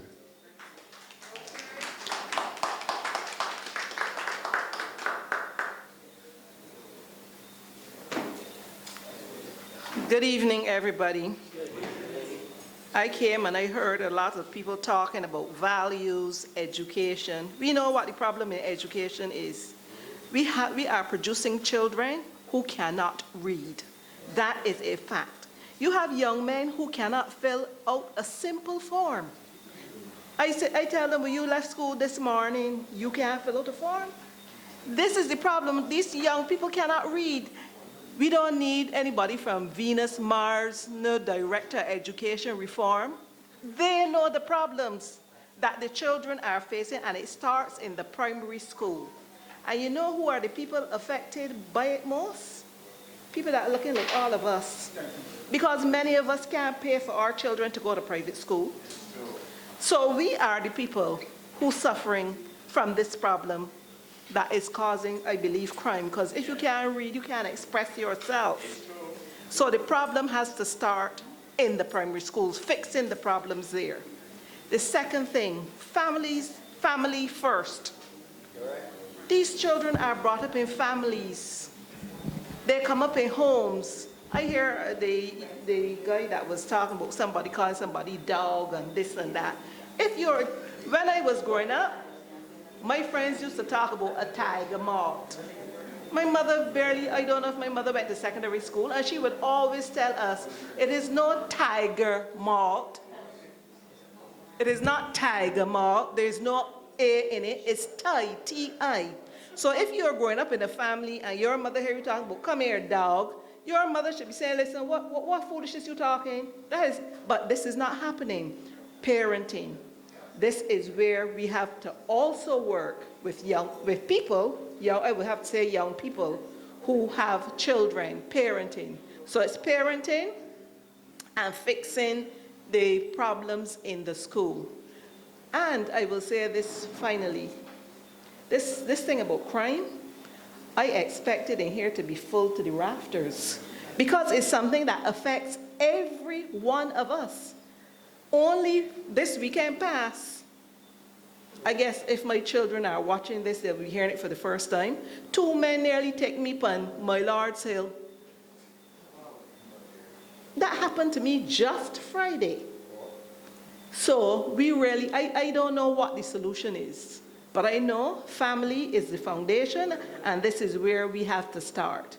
And that crime is going to visit some of us, or many of us, sometime. And I came face to face with it just this weekend past. So I will be looking forward to hearing other people talking about the solutions, but reading, writing, arithmetic, they got to fix it in the primary schools, and they know that. All right.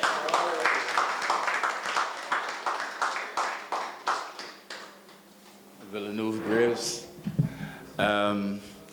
I came to listen, and I got a good baptism, and I agree with Rose and my colleague who was sitting beside me.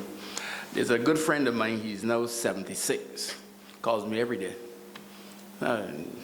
Says he went to school at the Pipe and Pit Pond Grass. And he tells me every week, Vil, when you go to the DLP fora, tell them to just focus on crime and violence. I said, but that was a big slogan. David Thompson got laughed at. He eventually won, but he proved that he was right because we now reaping the results of it. He went on to tell me that, and we got to be radical. I says, what you mean? He says, look, go to the 5 or 6 car dealers in Barbados, make them give you 15 cars, 15 vehicles, 15 vans, jeeps, whatever you want. Put 2 defense force, 2 defense, no, the task force people in it, 2 policemen in each vehicle, and let them police Barbados at night. You can get rid of it. There's a simple person telling me this. I'm talking from, I'm sure you've heard some people make some of these radical suggestions. But he's serious. He lives home. Don't go nowhere. Knows a lot about Barbados. Now, I tell him, but you're not too far out, because when I was younger, and I thought about my country, and we were talking in the early 2000, 2004, 5, we were looking at our country. I said that when it came to a lot of these guys on the block, I would have sent a defense force truck with task force people on it, and I would be rounding up those people every morning. And I would be taking them all across this country, and I would have them clean the roads, the bush, the place. And when they come back home, I will be paying them too. But I am sure that it would have some effect. But these are radical suggestions. But if you read the literature, Google it. El Salvador is a Latin American country. In 2012, the now president, who is hailed as a serious time person on the magazine and things like that, he's derailed by a lot of people. El Salvador is now, which was full of gangs and violence and crime, is now seen as a place where tourists, where the citizens of the country can come, and they are places that were once violent. We call them Gaza, and we have all the names for them, Vietnam and everything, in Barbados as well. It is clean. His dose was, he has something called a tough fist policy, I think, iron fist policy. And it involved derailing the gangs. 81,000 people were put in jail. It was a hard system, and he came through from being a small mayor. Then he got another position until he eventually formed his own party and ran and won and instituted that the country is now different. It is still poor, but crime and all of that has disappeared from El Salvador. Now, I am in Barbados. I've happened to live in a number of places in my lifetime, but I support some of these decisions. For example, I heard, I think it's the lady, somebody spoke very early and talked about the police force. It isn't only the police force. If it's the penal system, you gotta look at the prison. If you are so bad to go to prison, it means that you should, when you get to prison and you're coming out, it should have been an experience that you don't want to go back there. In most of our Western countries, we have gone soft on the penal code and prison. Prison should not be in a Sunday school. No young lady should be walking the street and say, I don't want a man unless he went to jail. And we have a lot of girls in our country who says that. And I'm saying that I have said in private conversations that certain crimes demand certain certain penalties. But unfortunately, many years ago, the cat o' nine tails was frowned on, and it was said it's cruel and inhumane treatment. And I hope that the senators listening, you can quote it from time to time, and just quote it and say nothing else. Just quote that. And that is what has reversed prison. DODs, these places should not be something that people aspire to. It can change you. When I worked in industry in Barbados, I used to visit Glenderry because the superintendent and us used to have a very fond relationship because we were developing small business and craft and all that sort of stuff. And they were developing a lot of their, they were finding programs to involve their inmates in. We knew about the great work they did in mahogany work and all that sort of thing. Somebody was commenting about it earlier. If you look at Parliament, all those mahogany chairs you see in the Parliament were made in Glenderry prison. So there's skills that you can get. We sent some of our trained, skilled people in basketry and weaving into the prison. Some of them used to be frightened, but they used to go and teach skills in those areas. But prison should not be a Sunday school. It should be nothing that nobody aspires to. So we are on the right foot, but we have a long way to go. It took El Salvador approximately 5 to 12 years to clean up their act. I don't know how long it will take us. I hear some of the same solutions that I made note of. It has to start with the family. A good friend of mine sent me a quotation, which I can quote for y'all at the end.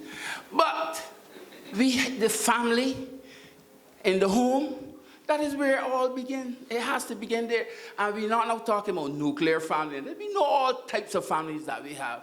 And all of us came through the society in which they existed. I think Brother Kenny Best said that you grew up in single-parent homes and things like that. But the problem in our society now is that the three major institutions, the home, the school, and the church, they no longer support each other. They no longer sing off the same page. When I was at primary school in the 60s, yes.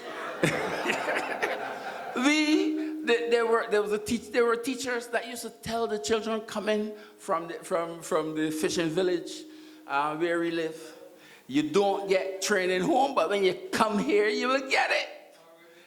You can't do that. Another brother got up and said that you can no longer flog children, parents come looking for you, but that's not totally true, because I've heard of a couple of cases in recent times in the primary school and 1 or 2 secondary schools, because sometimes I mentor 1 or 2 young people, where children of so-called bad men,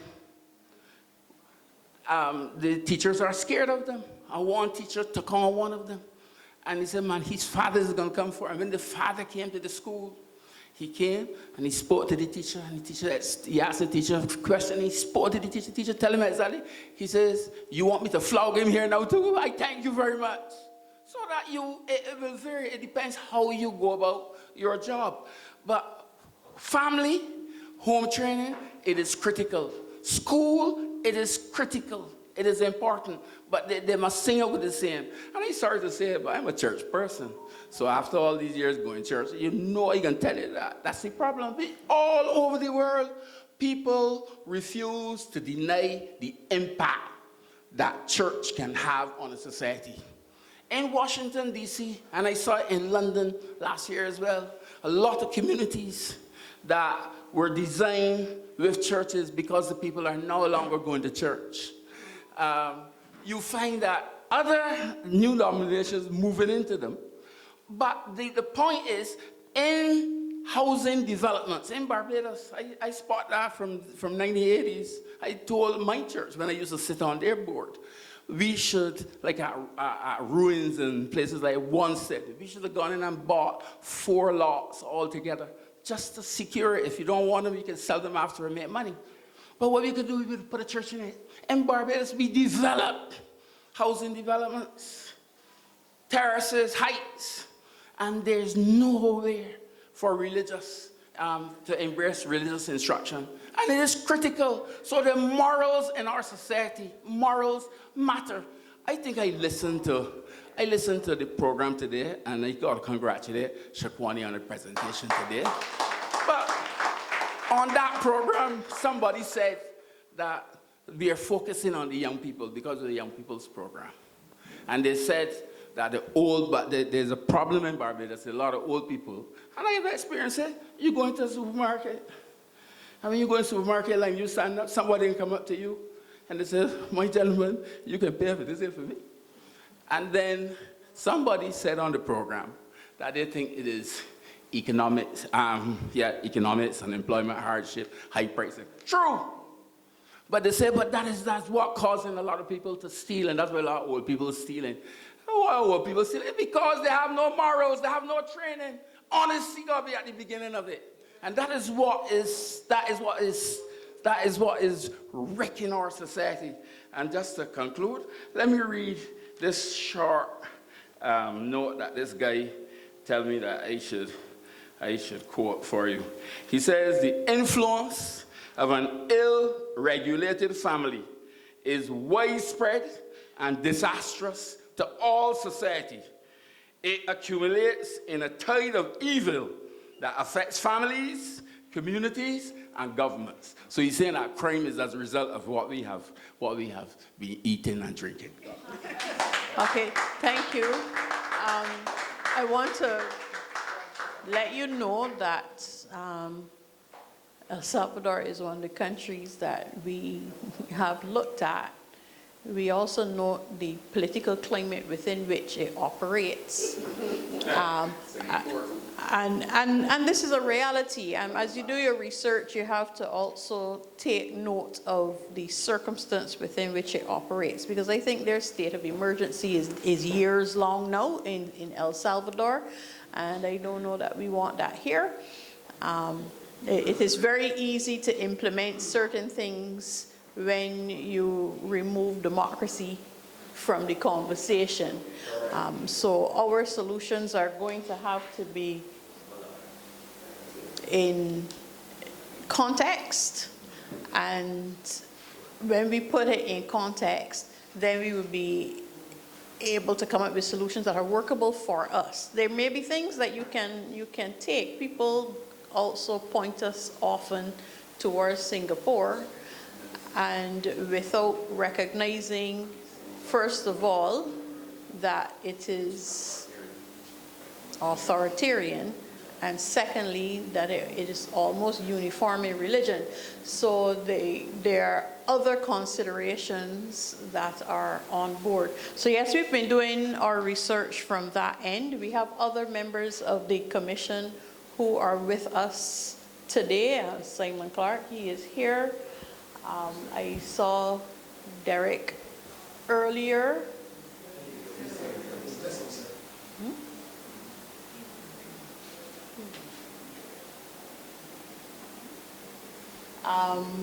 I saw Michael earlier. I think he has left. And yeah, Derek just pushed his head back through the door. Yes. I can't see all the way to the back. Pardon? No, Ryan is to speak. I'm just stating a case in relation to El Salvador and acknowledging the presence of others of us who are here.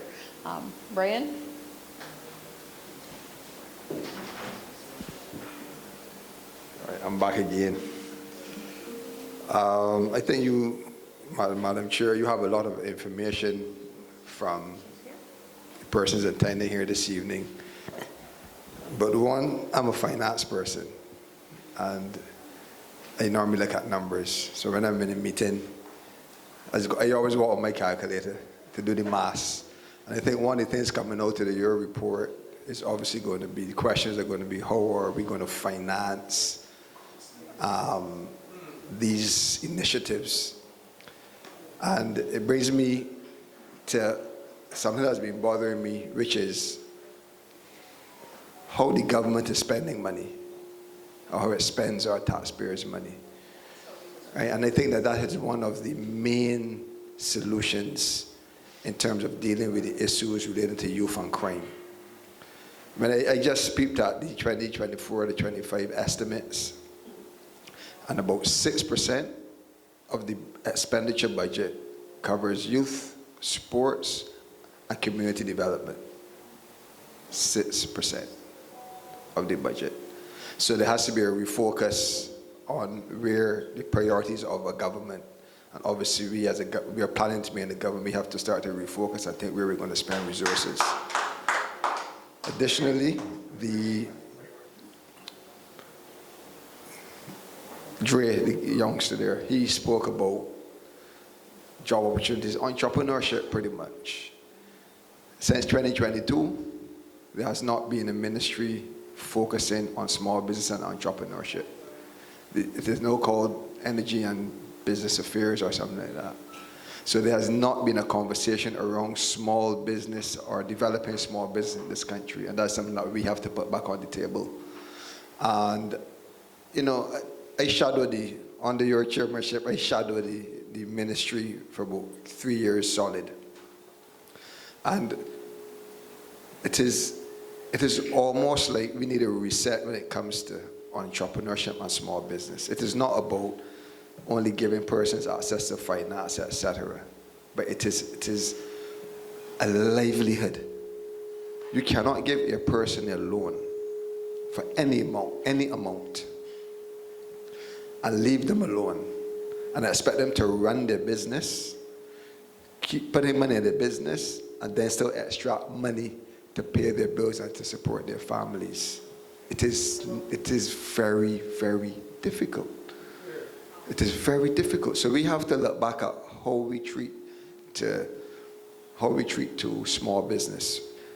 The small man right now is so fearful to show his head to government that he is always disadvantaged. In COVID, the government was able to quantify how much money it should give the tourism sector.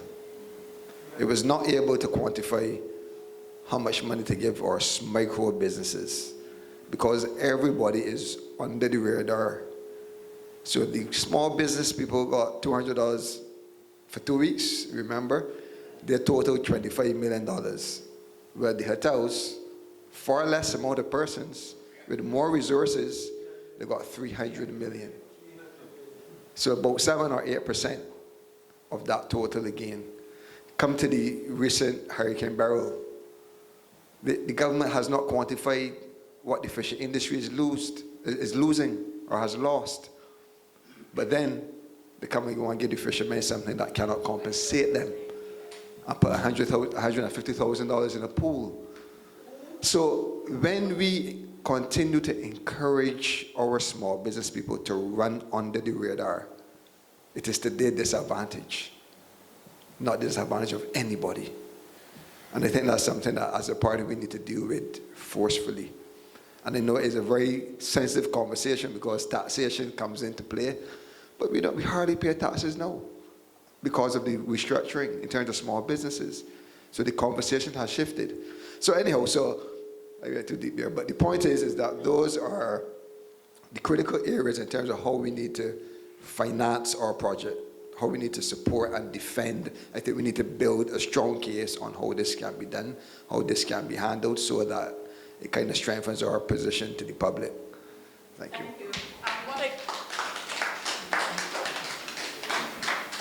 What I will say is that under Maxine's portfolio of corporate crime, it will include the government, because there's malfeasance and there's misfeasance. It may be that you've actually done some crime, and it may well be that you're simply misusing the funds.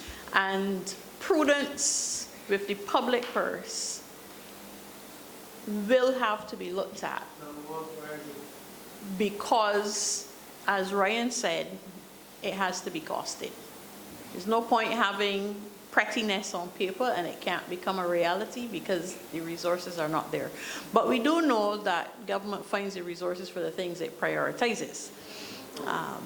And I will have to say that my understanding, this being the first out of the box in terms of the studies and the commissions, that it has to be a priority for a Democratic Labour Party administration. I want to thank all of you for coming this evening. We invite you to make written submissions. You can leave them here at George Street. We will get them. The office is open, I think it's from 10 o'clock until 4, I believe it is. My telephone number is 262-7289, and I have no private line. So feel free to send the comments written. It doesn't really matter. You can send them to my phone. It is like an extra limb. It's always near to me. So 262-7289. I want to thank all of you for coming out. I want, though, to especially thank a couple of people. Kenneth, you know, I put you on the spot, but I knew that you could deliver and deliver well. So thank you very, very much. I want to thank our setup, Kimal. Yes. Handled us well. I want to thank and welcome Sue Harris. She is here from overseas and took time out to spend with us. And most of all, to thank all of you for your Sunday afternoon when you're accustomed sleeping off the Sunday lunch. You took an early nap and got here in good and sufficient time that we could have what for me was a very informative session.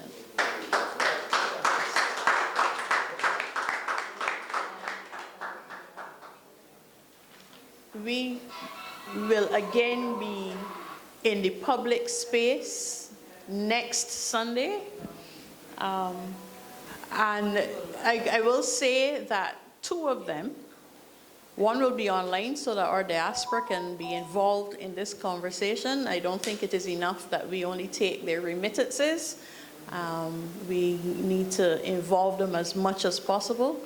And technology has allowed us to do that in a most efficient way.